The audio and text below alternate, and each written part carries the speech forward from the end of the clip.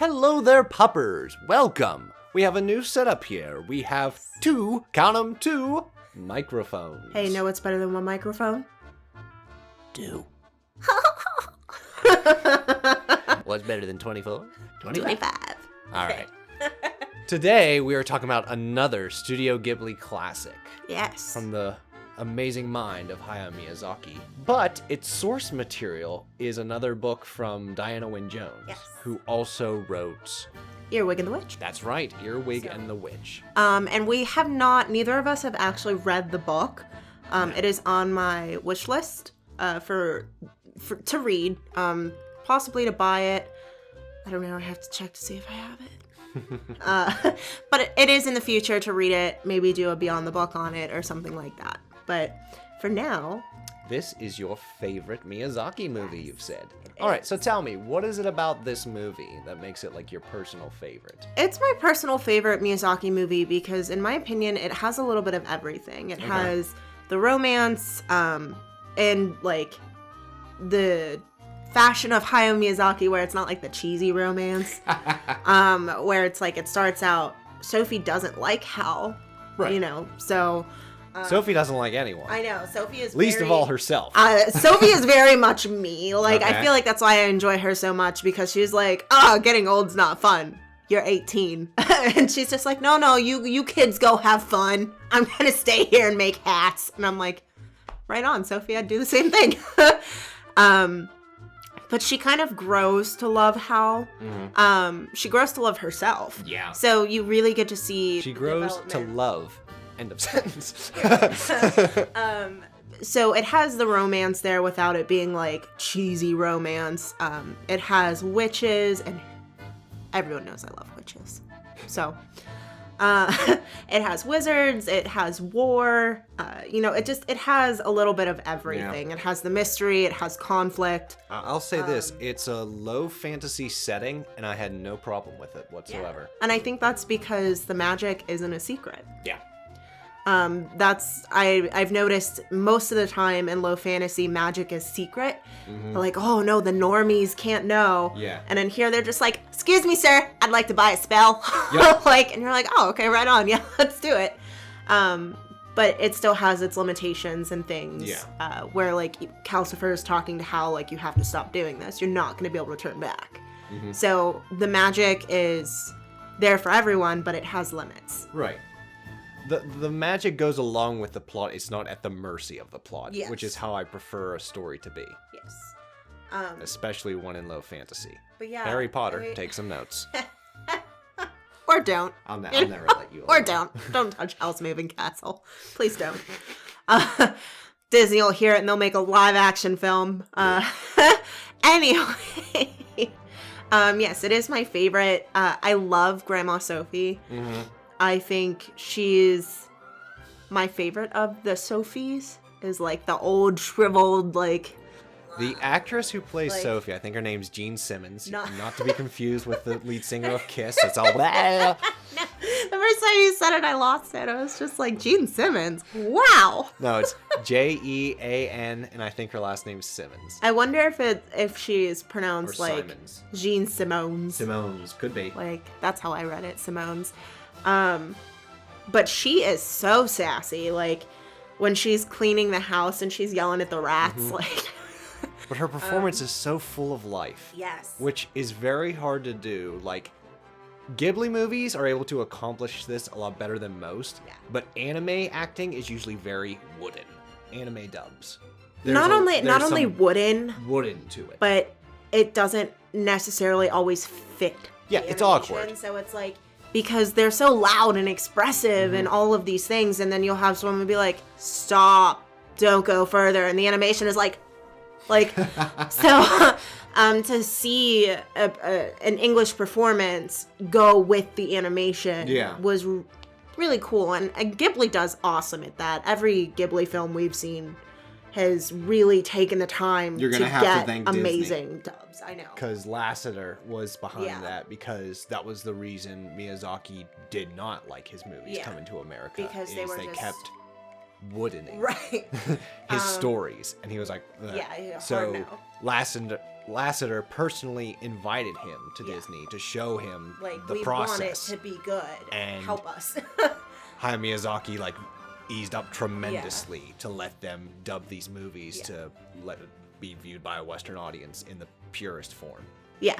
So, that we can, since most of us don't speak Japanese yet. I say because I'm learning. I have books and apps, and I just need to find a CD player that runs that CD, man. But I drew a lot of parallels to Beauty and the Beast. Yes, which I plan on doing a video on that. I'd like to start a mini-series on Popcorn about just comparing, like, foreign films, probably mostly Hayao Miyazaki, to, like, the original Disney films, which I know Miyazaki hates that. He hates being compared to Disney. Yes. But I like drawing comparisons from the story, not necessarily the animation and the filming, but more or less the stories. So it's like you have Beauty and the Beast, and then you have, you know, Beauty and the Beast. So it's Studio like, Ghibli's detail, like even the messy rooms, like they are such his own. I don't think Sophie goes into that castle and she's just like, it's a mess in here, and I'm like, it's so pretty. Like, I love it. It's so colorful, and like even his like, filth is detailed. Yes. That's like the magic of Miyazaki. And it's just the colors and the details in the clutter. It's not just like smudges of color. Like, you can pull out little trinkets and details and faces and things in that clutter. Well, like you could argue that the castle in and of itself is a character. Yeah, it's very Baba Yaga-esque. It has like the chicken legs, and it's its own character. It has a personality. It, like, Calcifer runs it, but it has a face and a mouth that Sophie destroys. But it has its own persona. This is one of the movies where the main character stole the movie for me, which is very rare. Usually it's like the genie from Aladdin. Yeah, it's like a side character. A side character. It's a villain, like the Joker from But The Sophie Dark Knight. is so expressive, even when she's not talking. Just her animation, like the part where she's taking Howl upstairs to put him in the bath because he's being dramatic. Yes. And he'd rather be dead than ugly. And his towel falls off, and Sophie, like, looks back and sees the towel, and she's not talking, so it's not necessarily the performance of the voice actor, but the actual animation, and she's like, oh no! And I'm just like, just the way her face moves, and she's like, don't look at it, like, it's just so good. It's so funny. Sophie is a very sassy character. Yeah. So is Calcifer. Calcifer is so sassy. Of course, Calcifer, voiced by Billy Crystal. Male I forgot the name of the burn. boy. Markle. Markle, okay. Voiced by Josh Hutcherson. Yeah, as a child. So that was, this was before early roles. pre-Hunger Games. Yeah, pre-Hunger Games. This was around Zathura, I want to guess. Because, like, Zathura was one of the... It's Jumanji in space. Oh, okay. Fair enough. He's a character I don't mind. I would say he's probably one of the only characters that doesn't develop throughout the course of the movie. Right. He just grows to like Sophie. Yeah. You know, so, but he as a character doesn't much change throughout the movie. No. But one of the things that we were talking about, which kind of sparked why I wanted to do Popcorn Movies on Howl's Moving Castle, we were watching The Nostalgia Critic. Yes. And there were a lot of people that don't like Howl's Moving Castle because they find it confusing. Yeah. So we're going to get into some spoilers. Yes. So if you haven't seen the movie, again, put this in your to-be watch list. Come back, watch it later, let us know what you think of it. But for the confusion, people are most often than not confused as to why there's a war going on. Which personally, throughout the story, I don't think that's the point. I don't think, like, the point is, like, oh, the war. It's important to the story, though, because, like, it's how the characters get from point A to point B. I don't necessarily think, though, that the reason the war is happening is important. Okay. If it was important, you know, Hayao Miyazaki is a storyteller. You know, throwaway line. Yes, there's. But is that the fault of Miyazaki, or is that actually in the book? Do you think it's explained better in the book? See, I don't know. See, these are some questions. These are the questions we ask. But anyway, I don't think the point is why the war has started. I think it's just there's war going on. Because I know the way that it was filmed is because of the time frame the movie came out. It was Hayao Miyazaki's stance on, like, the American involvement in the Iraq War. Okay. So, like, that's a whole other story, slew of things. You know, I would say do your own research on that, make your own opinions on that. Right. But from the time frame that movie came out and it was being produced was during that time in history. So I know that there was a lot more emphasis on the war. Okay. And all of the research that I've done, that's the conclusion Hayao has stated, like, yes, that was my stance. Okay. So, but there is a line earlier in the movie from, like, a side character that's just, like, randomly walking down the street that you never see again. Okay. That states that the war is going on because the neighboring kingdom's prince has gone missing. And they think that their kingdom kidnapped the prince. So that's I know, it's exciting, right? Sorry. Now when it happens, I'll probably cough later. Or not so later. Ta-da! Yay. Sickness. But, anyway, it is stated that that's why the war is happening. And even at the end, if you miss that line, it is done, in my opinion, rather cheaply, but it is done. When Turnip Head transforms back into Prince Justin, and he's like, that nasty curse. Like, He turns into Prince Crispin Freeman. Police girl. I love that he's in everything. Like, I do too. he's probably one of my favorites. Because it's just kind of like find Crispin Freeman. It's like you can put in almost anything and find Crispin Freeman. I love it. He's literally my favorite. It's a new game. Find like Crispin. But anyway, he turns into the magical prince and he goes, I'm back. I had a nasty curse on me. Guess I should go home and, like, end the war. And everyone's like, oh. Yeah, and then everyone is just like, okay, the war's over. Like, yay.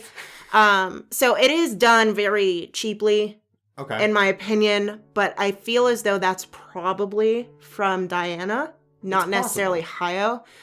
Because reading through a lot of Diana's work, that is how she ends a story. She just... Where it's like, all right, writing, done! Like, there is no... She finishes her character and then it's just like, oh, the plot. The plot just ends. Because that was one of the biggest complaints. Hang on, I got this. The end. Because that was one of the biggest complaints from Earwig and the Witch, is that it just ends. There's no, like, slow down resolution. It just stops. The book does the same thing. It just stops. Yeah. Like, there is no slowdown. Yeah. So I feel like that type of resolution is very normal for her. It's funny how when people put, like, the Ghibli movies in a battle royale. Yeah. Battle royale. That the two by Diana Wynne Jones, even though the one's made by Goro, like, they always make their way to the bottom.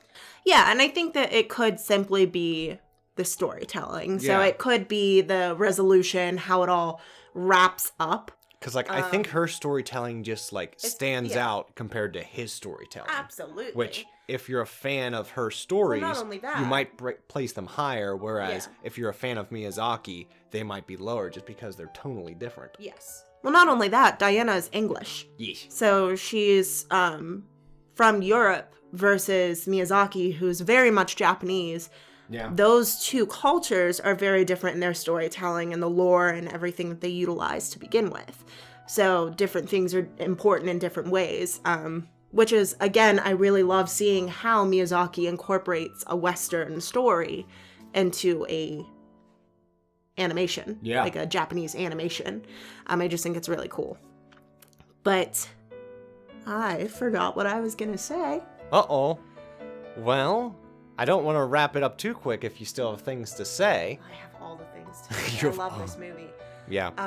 Was this your first Ghibli movie? No, Ponyo was my first Ghibli movie. Okay. And then I saw Spirited Away, and then I saw Howl's Moving Castle. Spirited Away was the first movie I saw. I saw Howl's Moving Castle just on television. I was just like, oh, that's cute. And that was the end of it. That's that. Then I rewatched it when I first, I believe, moved in here. Mm-hmm. And I was I know just we like, watched it on my birthday. This is really good. Yeah, something like that. Something like that.